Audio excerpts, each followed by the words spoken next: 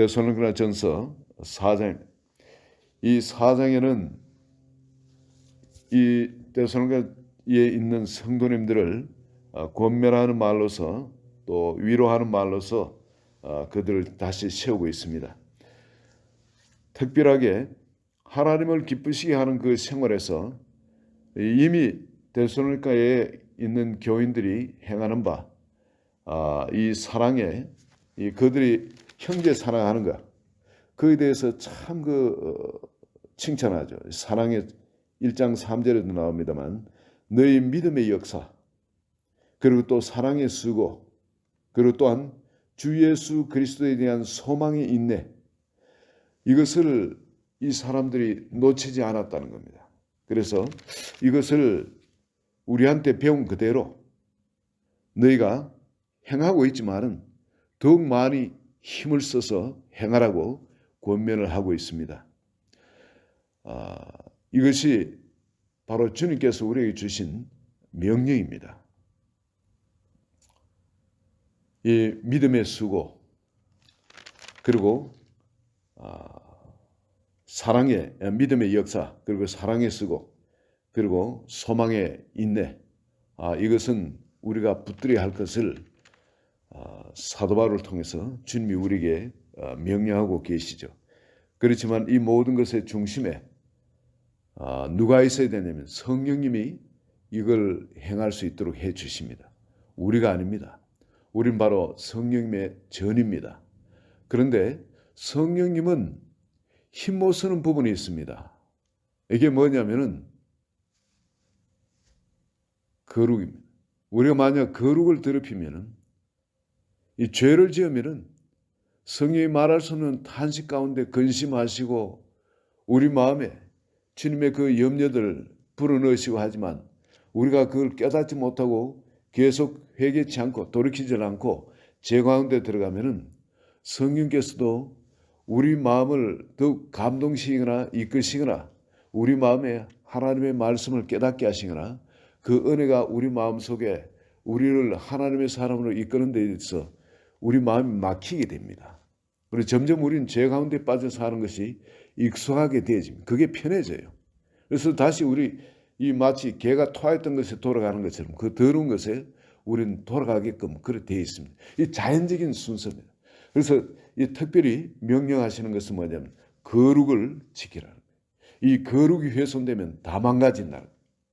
하나님이 자신의 그 피로 우리를 씻으셔가지고 거룩하게 해주셨는데 우리가 어찌 다시 토하는 것에 다시 돌아가겠냐 이겁니다. 디모데전서 4장 3절에 디모데전서 4장 3절에는 말씀과 기도로 거룩하여 짐이라 그럽니다. 이 우리가 기도 생활하는 것, 그리고 말씀을 그대로 순종하는 것, 이것이 우리를 거룩해 하는 겁니다. 우리가 아무리 거룩하고 싶어도 이 거룩이 우리가 안 지켜지는지만, 그러나 이게 핵심되는 단어가 기도와 말씀입니다. 기도와 말씀으로 너희가 거룩하여 짐이라. 그럼 우리 신앙생활에 있어서 끊임없이 기도하라 하죠. 쉬지 말고 기도하라 그럽니다. 그리고 말씀은 주야로 묵상하라는 겁니다.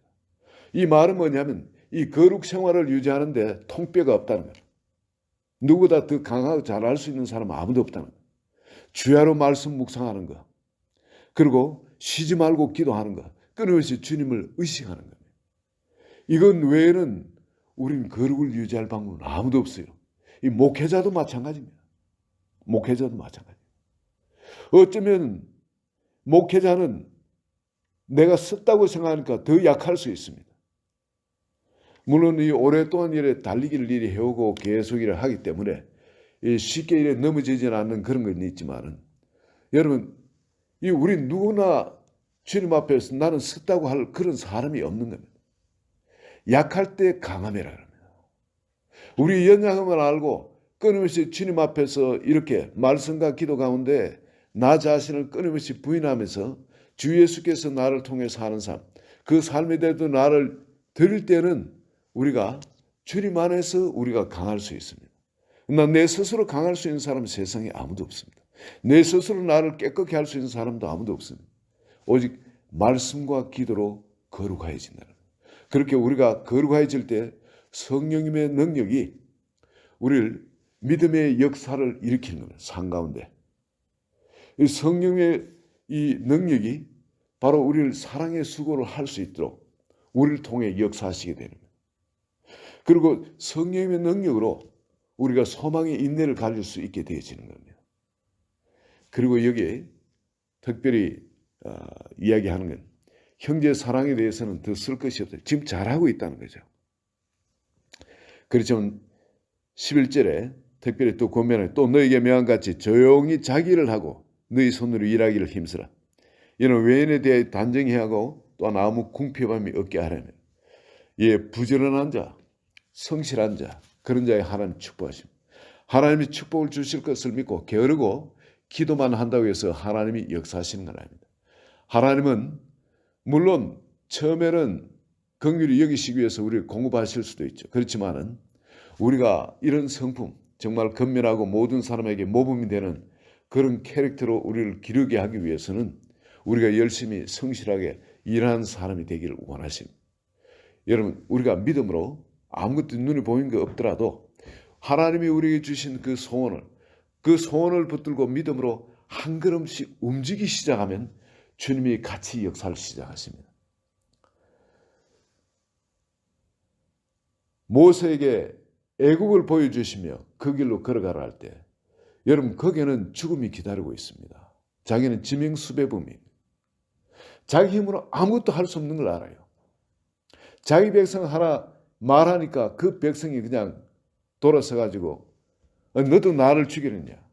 자기를 위해 좋은데도 그렇게 달라드는 그런 아주 목이 곧은 백성이 자기 백성입니다. 그걸 어떻게 한 명도 인도 못하겠는데 어떻게 그 민족을 이끌어내요. 눈으로 볼 땐 불가능해 볼지라도 주님이 내 마음에 소망을 주신 것이 있는 겁니다.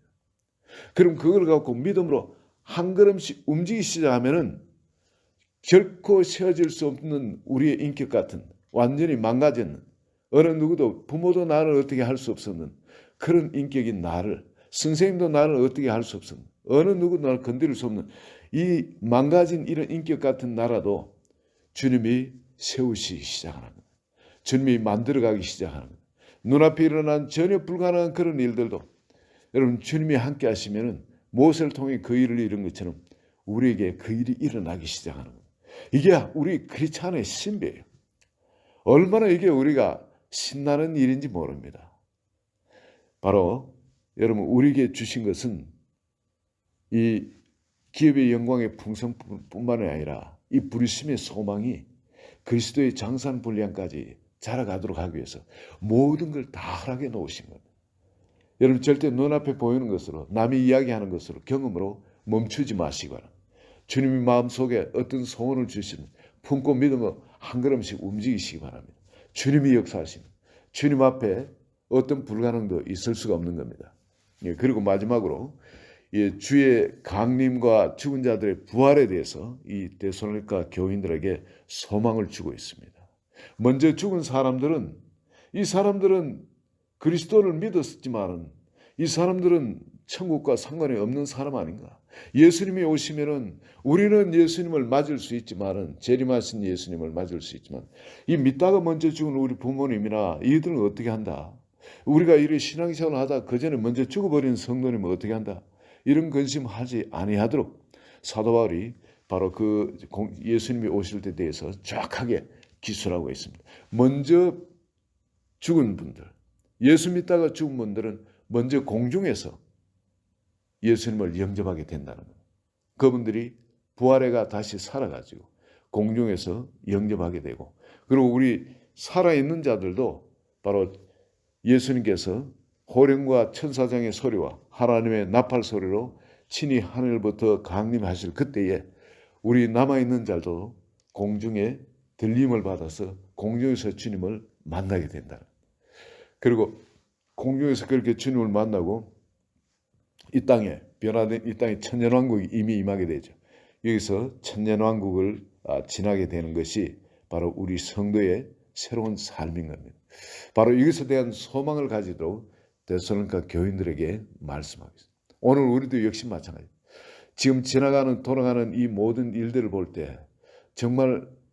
모든 게 순식간에 되어가고 있습니다. 일어나는 변화를 말이에요.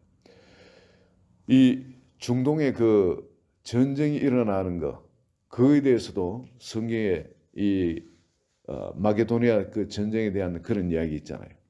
그런 것이 예루살렘에 거기서 일어나는 걸로 되어 있는데, 지금 이들은 제3성전을 짓도록 다 준비 다 되어 있습니다. 재료 같은 걸 다 준비해 놨어요. 그리고 미국 트럼프도 성전 짓는 걸 이미 허락을 했습니다. 남은 거는 이 사람들이 언제 이 땅하고 일을 시작할지 몰라요. 이스라엘 사람들 여러분, 이게 못 말릴 사람들 여러분 알지 않습니까?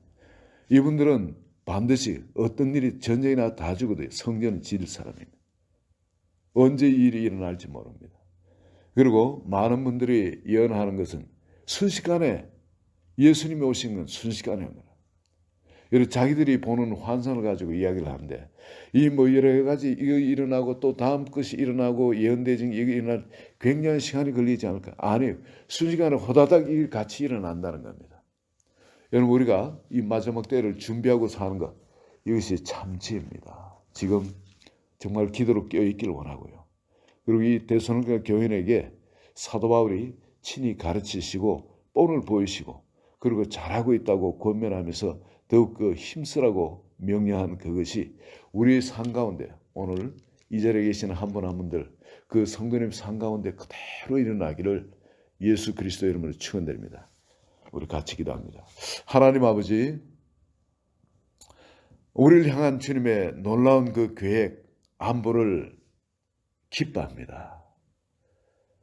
주님이 이 세상에 오신 것도 신비였고 도무지 세상이 깨달을 수 없는 그런 신비한 방법으로 또 오시고, 가심도 그렇게 신비한 방법으로 가시며 바로 그 세계가 우리가 살아갈 바로 그 세계라는 걸 보여주시고, 또한 제자들에게 40일간 이 벽을 뚫고 연기처럼 들어오셨다가 또 연기처럼 사라지시기도 하고, 또 몸을 만져볼 수 있는 몸을 또 우리가 먹는 것을 직접 또 보여주시면서 이 신비한 육체 가운데 영생을 누리는 것이 우리 성도의 삶인 걸 보여주시고, 그 영광 가운데 우리를 초청해 주심을 감사합니다.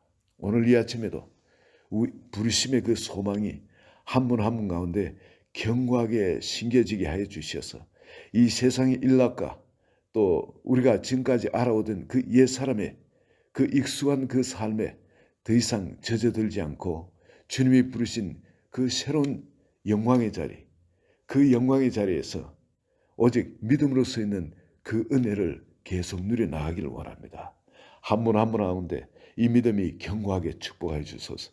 예수님 이름으로 기도합니다. 아멘.